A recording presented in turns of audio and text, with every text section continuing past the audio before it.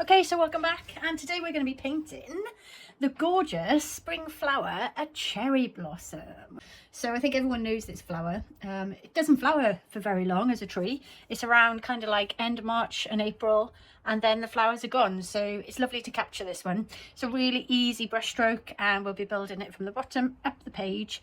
And the thing with this one is that the branches of a cherry blossom, there's not so much leaves, they're very kind of like brown, dark green stick-like branches. So that's one characteristic. So grab yourself a crimson of any kind. I've got a violet red here, and I've got a rose that I'm using as well. And I've mixed those colours up to get a really pale shade of pink. So if you're ready, let's go. So the strokes for this one, you come in from the centre of the flower, and we're just going to create that 5-petal flower.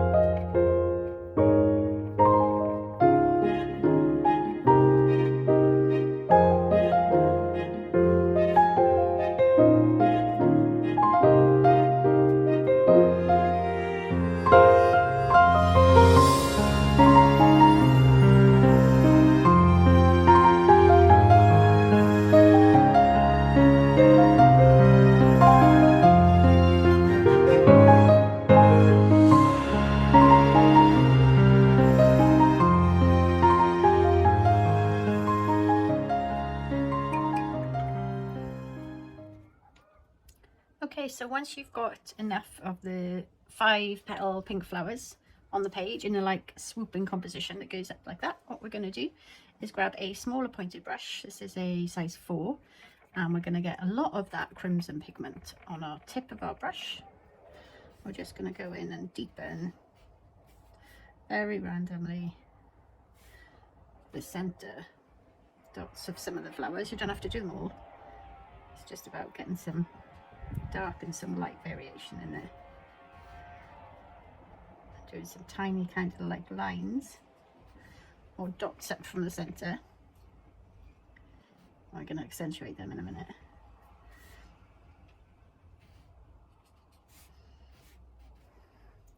Now we're going to grab our bigger brush, which is a size 11 here. In fact, no, I'm going down to a size 8. And we're going to mix up a lovely burnt sienna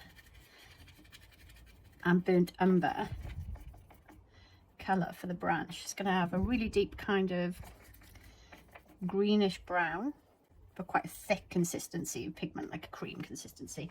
And we're going to do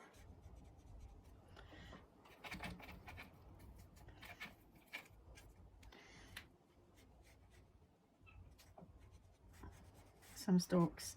Now when you're doing these, it's very much more like branches than it is leaves and stems, because the cherry blossom has got kind of rich kind of stems. Well, I'll say stems, they're more like twigs.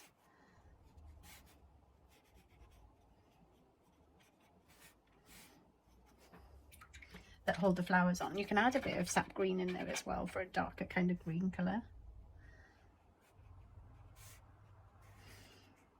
But they're definitely more like sticks rather than leaves. I'm going to just do one more pink flower just up here, or maybe some buds actually. So what it'll do as well, when you add in the stems, it will identify for you where you feel the painting needs more filler flowers, and allow you to put those in as well. So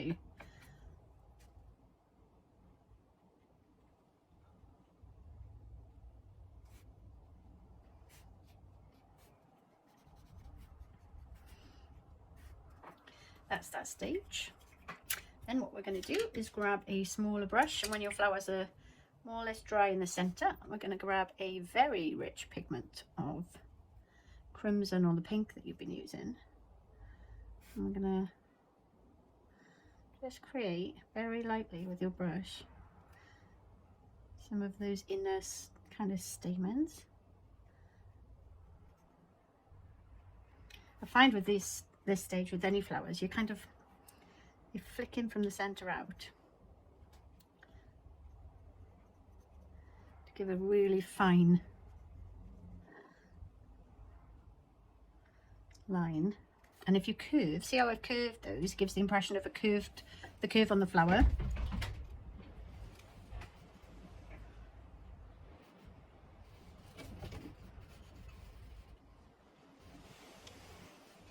You don't have to do them on all the flowers.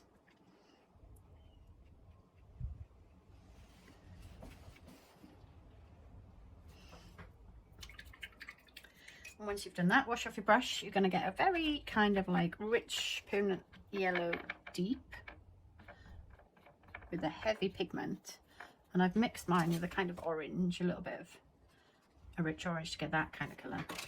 So what we're going to do is grab lots of that thick pigment on the brush, and we're going to add in these tiny little kind of orange dots, which are quite a signature when it comes to the centre of a cherry blossom, but you need to add them in very randomly. Don't overdo it. They kind of sit at the end of the spiky bits, the stem and the stamens. If you open up a cherry blossom flower, First thing you need to do, obviously smell it, because they smell amazing. But then have a look for these signature little yellow dots.